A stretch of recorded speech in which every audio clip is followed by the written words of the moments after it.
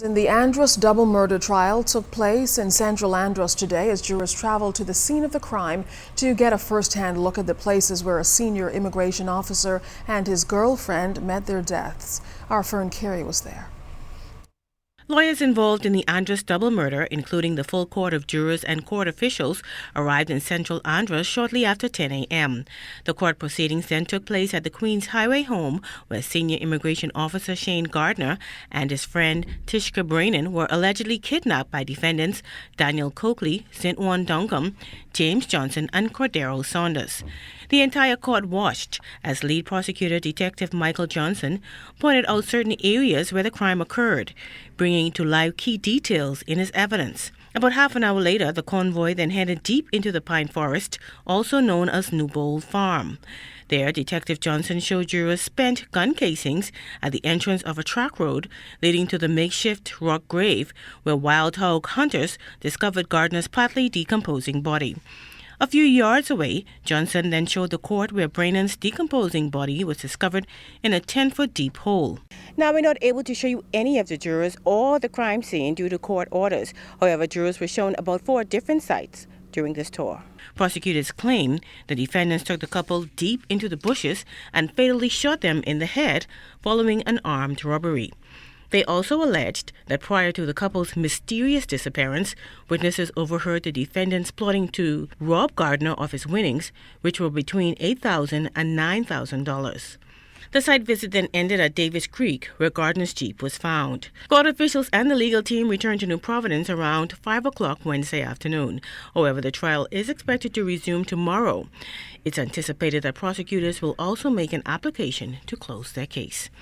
Fern Carey, ZNS Network News.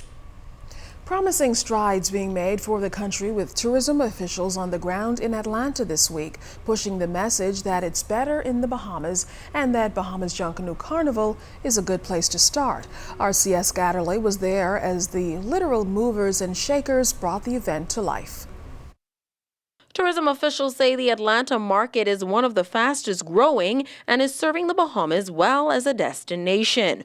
Pointing to the market's uniqueness, Senior Director for the U.S. Sales Department at the Ministry of Tourism, Valerie Brown-Alsay, says their efforts had to reflect that when interacting with stakeholders.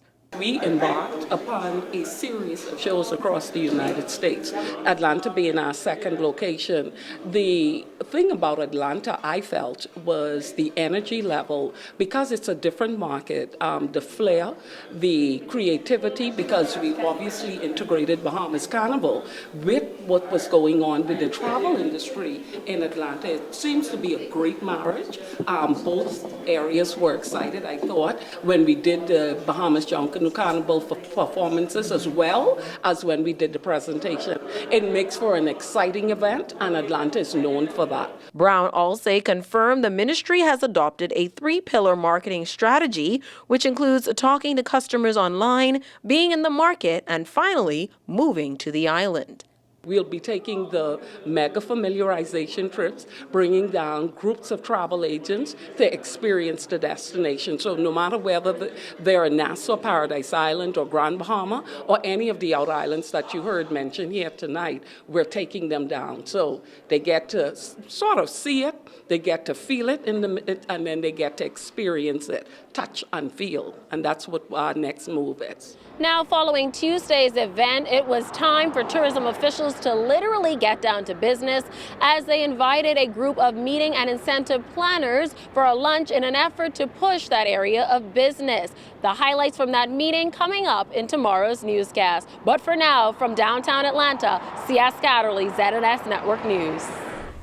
Final preparations are underway for the annual Geriatrics Push-a-thon. The event, organized by officials at the Sandlands Rehabilitation Center, promotes mobility in the geriatric community. Committee member Nikita Storr says exercise and social support contribute significantly to the developmental process of the elderly. She says this will be a highlight of the event set for April 23rd. It's very important because we find that now geriatric persons are living longer due to the availability of medication and better diets and health. So we find that persons are living longer, and we would like for them to be mobile so that they can remain independent longer, stronger, and still have an active lifestyle. Now, Storrs says they're encouraging strong family ties and bonding through exercise. We're trying to promote a family atmosphere. We're trying to reach persons from all walks of life, from children straight up to the elderly. We definitely want to encourage people to come out and exercise and to show that you're never too old to exercise and that mobility is important at any age, especially in the geriatric community.